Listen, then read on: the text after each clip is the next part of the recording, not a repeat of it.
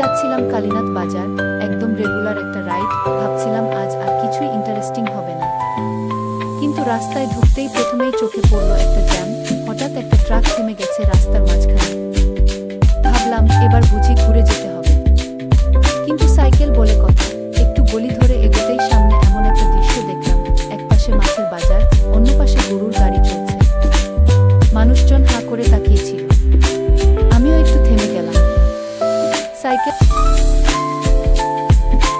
Truck থেমে গেছে রাস্তার মাঝখানে। ভাবলাম এবার বুঝি ঘুরে যেতে হবে, কিন্তু সাইকেল বলে কথা।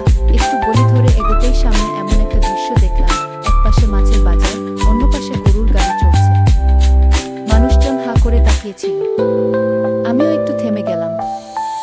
সাইকেল চালানোর মজাই আলাদা, এক এক দিন এক এক রকম অভিজ্ঞতা। ভিডিওটা কেমন লাগলো জানাতে ভুলবেন না।